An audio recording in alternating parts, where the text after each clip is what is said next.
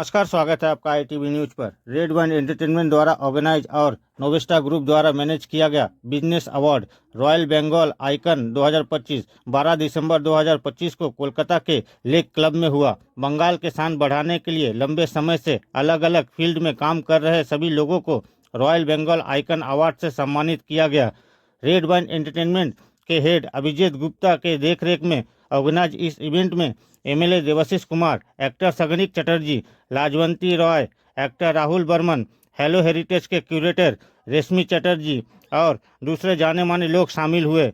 इस दिन सम्मानित होने वाले जाने माने लोगों में writer Leena Gangopadhyay, professor doctor Sujay Biswas, Pandit अचिंत्य भट्टाचार्य, वकील जयंत नारायण चटर्जी, वकील शांतनु सिन्हा, गौतम कुंडू, जयजीत घोष, सुनील प्रमाणिक, डांस गुरु महुआ कामदार और अन्य गणमान्य शामिल हैं। उन्हीं की कुछ झलकियां देख लीजिए ITV न्यूज पर।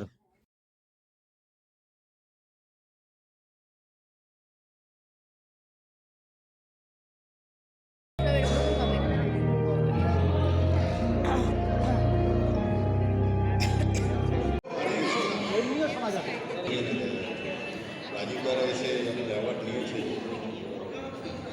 মানবদা এসে অ্যাওয়ার্ড দিয়েছে, পারি না। অনেক দিনের ইচ্ছে ছিল আর হবে কিনা, অনেকজন এসেও পৌঁছায়নি। তার মধ্যে আমার যারা অ্যাডভাইজারি বডিতে আছেন তারা যদি একটু আমার স্টেজে আসেন খুবই ভালো হবে। বছরে প্রায় 7-8খানা অ্যাওয়ার্ড সেরিমনি করে ফেলছি, তো আপনাদের আশীর্বাদ যদি আপনাদের সঙ্গে থাকে তাহলে আরও এগিয়ে যাবো, আরও করতে পারবো।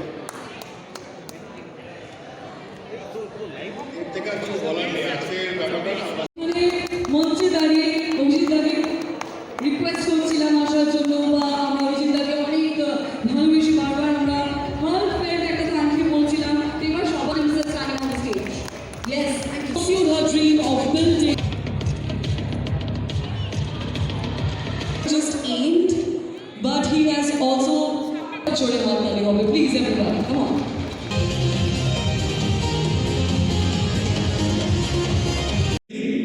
Shubho Shandra. First of all, as a motivational speaker, I keep on saying that any award motivates. And any award motivates, and also it gives us a responsibility to keep on doing the good work so that the society moves forward. Representing an education institution for the last 17.5 years, I have learned to lead with the... Please, thank you so much that have graced us with the presence today.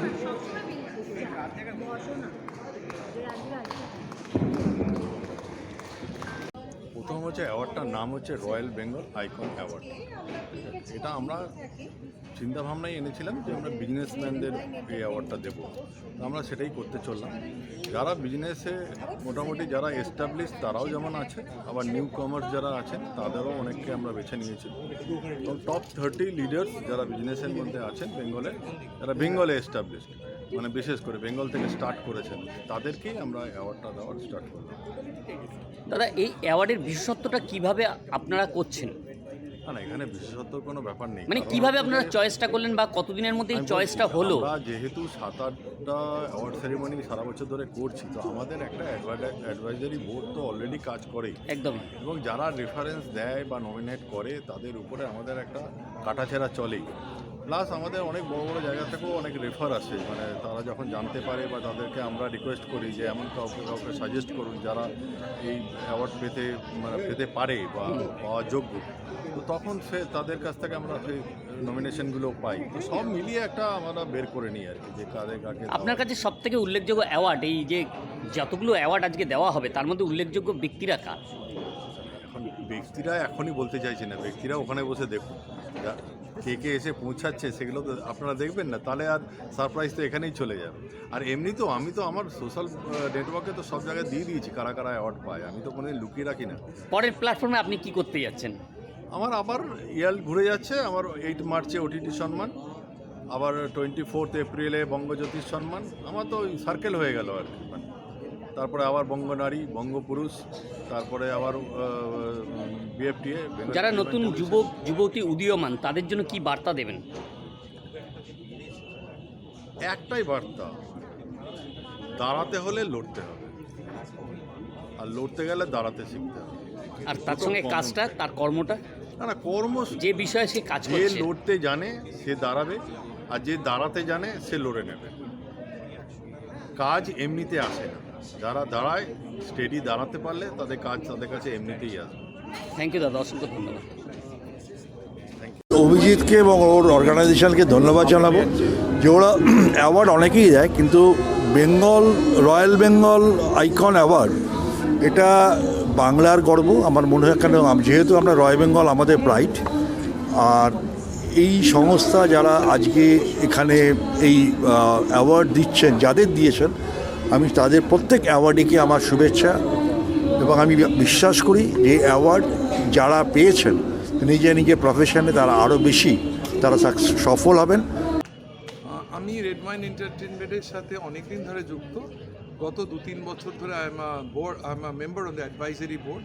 Abhijit গুপ্তের এই প্রচেষ্টাকে আমি সমর্থন জানাই, আমি ওর সাথে থাকি। এবং রেড ওয়াইন যেটা করেছে, যে সমাজের বিভিন্ন ভার্টিক্যালে যারা কাজ করছে, উল্লেখযোগ্য যারা কাজ করছে, তাদেরকে খুঁজে বার করা এবং তাদেরকে মোটিভেট করা through recognising them, giving them an award. এই সাথে বঙ্গপুরুষ, বঙ্গনারী, সেরা অ্যাস্ট্রোলজার অ্যাওয়ার্ড, এরকম তার মধ্যে আজকে প্রথম একটা initiative of royal Bengal icon award. এবং সেটা করার জন্য যারা বাংলার যারা প্রতিষ্ঠিত ব্যবসায়ী, যারা প্রতিষ্ঠিত প্রফেশনাল, তাদেরকে খুঁজে বার করা হয়েছে, তাদেরকে খুঁজে বার করে অ্যাওয়ার্ড দেওয়া হচ্ছে। এবং বাংলার বুক এরকম একটা বিজনেস অ্যাওয়ার্ড, কি বলবেন?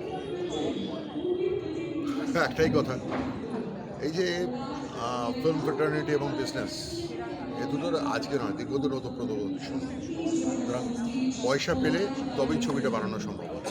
আর বিজনেসম্যানদের পাশে যদি আমাদের আর্টিস্টরা দাঁড়ায়, তাহলে যদি বিজনেসম্যানরা ইন্সপায়ার্ড হয় এবং তারা যদি তাদেরকে রেকগনিশন করা হয়, তাহলে তাদের মনে হবে যে না, আমাদেরও একটা জায়গা আছে। বাংলার বিজনেসের দরকার, সেই জন্য বিজনেসের অ্যাওয়ার্ড, এবং অভিজিৎকে ধন্যবাদ এই বিজনেস অ্যাওয়ার্ডটা করার জন্য।